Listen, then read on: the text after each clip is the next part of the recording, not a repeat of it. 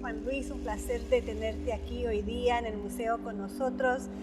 Bienvenido y gracias por participar en nuestra serie de conversaciones con artistas. Muchas gracias, Janine, a ti y al museo por invitarme en esta nueva ocasión. Muchas gracias, Juan Luis. Nosotros tenemos una obra creada en el 94 de usted titulada Éxtasis, Status, Estatua. Quería saber un poquito más del título y eventualmente si nos puede también explicar del significado. Empecemos con el título. Muy bien. El título tiene que ver con una encrucijada etimológica, ¿no? Y está relacionado con toda una serie de obras que había hecho anteriormente ligadas al intento de comprender la lógica de la función de los monumentos, ¿no? Y el lugar que el arte tiene dentro de las funciones monumentales, por lo tanto, de las funciones que la obra cumple respecto a la cultura y la sociedad, ¿no? Entonces, en ese contexto descubrí que la propia palabra estatua condensaba un montón de tramas, de significaciones, porque en su propia etimología tiene que ver primero con un verbo griego, el extasio, vinculado con el éxtasis, pero que contiene también toda una familia de conexiones que en realidad condensan todas las funciones monumentales, ¿no? Éxtasis, estatus, estatura, estación, estatismo. Toda esa familia tiene que ver con ese verbo ligado a una situación muy vinculada, como digo, con la función, la historia misma de la estatuaria, donde tenemos por una parte la figura de una humana de pie, a su vez asociada a la altura, a su vez asociada al placer. Una de las conexiones que fundamentan esta obra de la que es propietaria del museo está ligada con esa especie de reflexión sobre esa retórica de alturas y de posiciones en la que el monumento y por tanto la función monumental del arte, independiente del lugar donde se coloque, tiene de un límite interior que organiza el espacio cívico de acuerdo a esta retórica, como digo, de posiciones y de alturas. Esa es como la primera indicación, ¿no? La segunda, vinculada con esta, tendría que ver con la advertencia también de que dentro de esa retórica monumental, digamos que en las conexiones con las sociedades, si lo vemos a lo largo de la historia, también vemos que el monumento, precisamente para poder convertirse en un símbolo de una sociedad, va a jugar o bien a mecanismos mediante estéticas, digamos, de excelencia y de distancia, o bien todo lo contrario, unas estéticas de proximidad que permitan implicar al ciudadano y que esa implicación se sostenga en el tiempo, ¿no? Entonces, en ese contexto, las estéticas de proximidad permiten explicar todo eso que los historiadores han intentado, de acuerdo a lógicas más formales, esa especie de vericuetos, de evoluciones de los barrocos a los clásicos, entendiendo que las estéticas de proximidad vinculan un momento barroco siempre a una crisis de legitimidad de un sistema social. La obra en sí, si hablamos del montaje, de la instalación que usted le ha puesto, o sea, son moldes de resinas, de tacones, de zapatos de hombres y mujeres.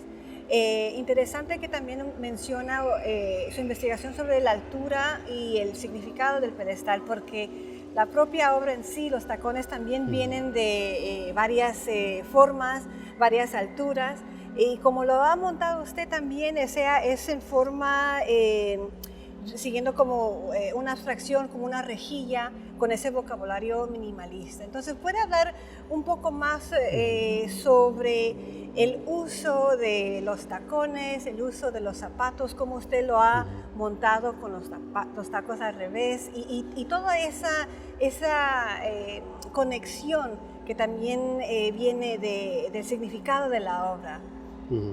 Sí, bueno, en relación a los piedestales, los pedestales tienen que ver también con una raíz vinculada con el pie, ¿no?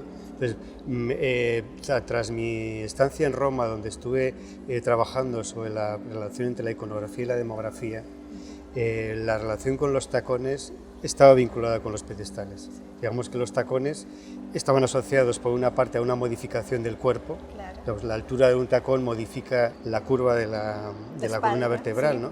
Y eso, vamos, tiene que ver en toda la tradición, vamos, de la historia de los tacones, especialmente, y se ha ido fijando, asociado a un lugar de la mujer dentro del contexto social, ¿no? Entonces, yo quise coger todo tipo de tacones, desde los tacones muy planos hasta los tacones de aguja muy altos, que son los que más modificación corporal provocan y que tienen toda una historia en los chapines, donde las mujeres en momentos del Renacimiento en Venecia podían llevar unos tacones como casi de 15 centímetros, unas plataformas de 15 centímetros, que hoy solo utilizaría una drag queen, ¿no? Sí. Entonces, y que le dificultaba muchísimo el andar, ¿no?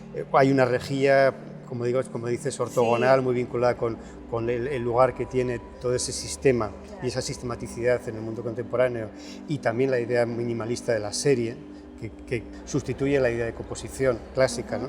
Entonces, toda esa serialidad ortogonal me venía bien para introducir esta otra lógica del discurso, donde las estéticas de proximidad ligadas a ese barroco, donde la representación se hace sensible a los deseos y a las expectativas y los miedos, asociada a la distinción que hay entre el tacón de aguja, casi más asociado a un canon erótico, ¿no? Del cuerpo, y a situaciones más vinculadas con esa estética del placer, ¿no?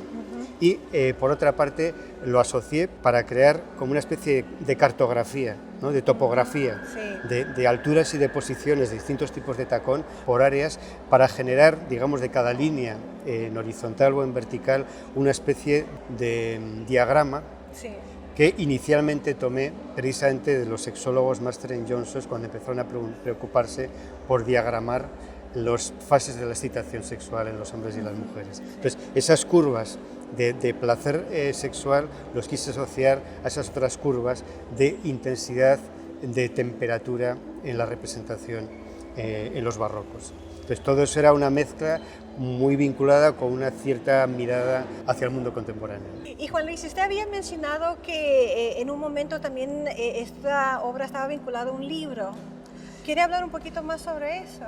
Sí, bueno, el libro era la condensación de todo el trabajo que hice sobre la relación entre iconografía y demografía, que hice en mi estancia en Roma, por eso el título era en italiano, que se titulaba Manon ne donna.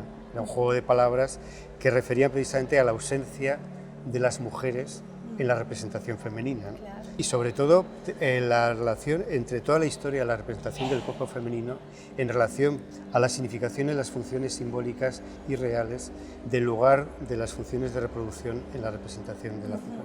Me metí profundamente en el análisis de la paleoantropología, del paso del paleolítico al neolítico, y a partir de toda esa inmersión, al final mi hipótesis de partida era que realmente el origen mismo de la discriminación real hacia las mujeres provenía de algo anterior vinculado a una discriminación demográfica. Entonces, en ese contexto, la cuestión de los tacones se mezcló con justamente esta historia donde el tacón, especialmente el tacón femenino, se convertía también en una alusión a estos modos donde la discriminación real se compensaba con una especie de excelencia simbólica, de mito femenino. Claro. Bueno, Juan Luis, muchísimas gracias por estar con nosotros hoy día, por formar parte de esta serie de conversaciones, y muy agradecidos por su tiempo. Muchísimas gracias. A vosotros, muchas gracias. Gracias.